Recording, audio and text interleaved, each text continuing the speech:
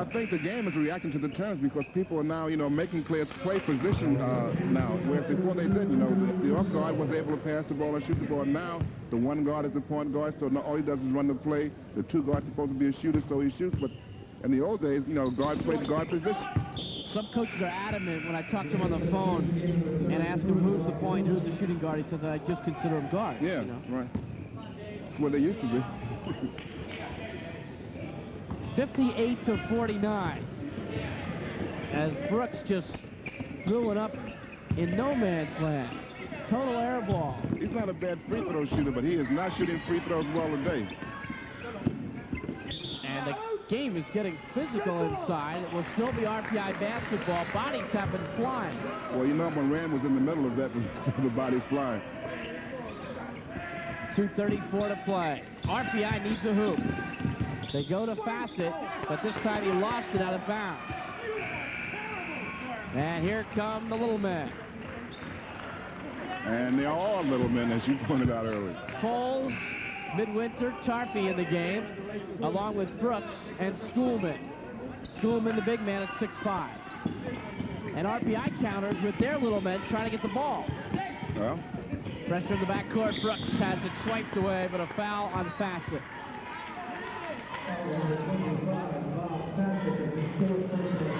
That's 4 on Fassett. And here come the big people. Henry Russo, Chris Kite, John Moran back in the ball game for NYU. And Roche back in for RPI. Brooks at the free throw line. And he hits the first. 6 for 11 from the line for Brooks. Usually a 70% free throw shooter, struggling tonight. And that is not a good foul. Chris Kite over the back.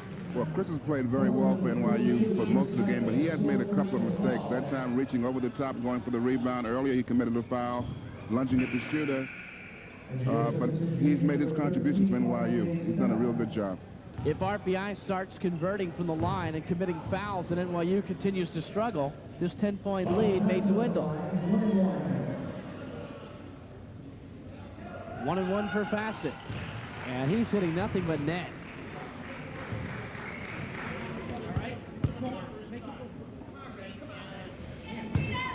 Seven for 8 for Fassett from the line.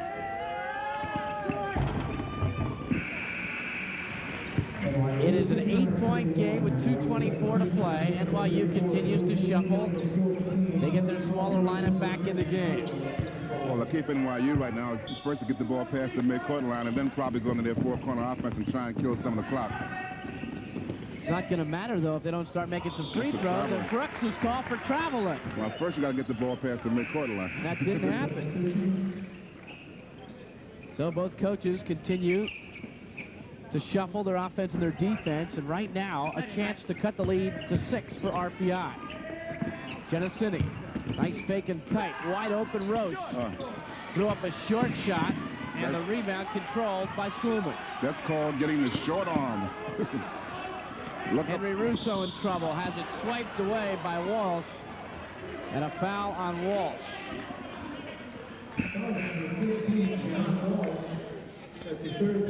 An NYU player there.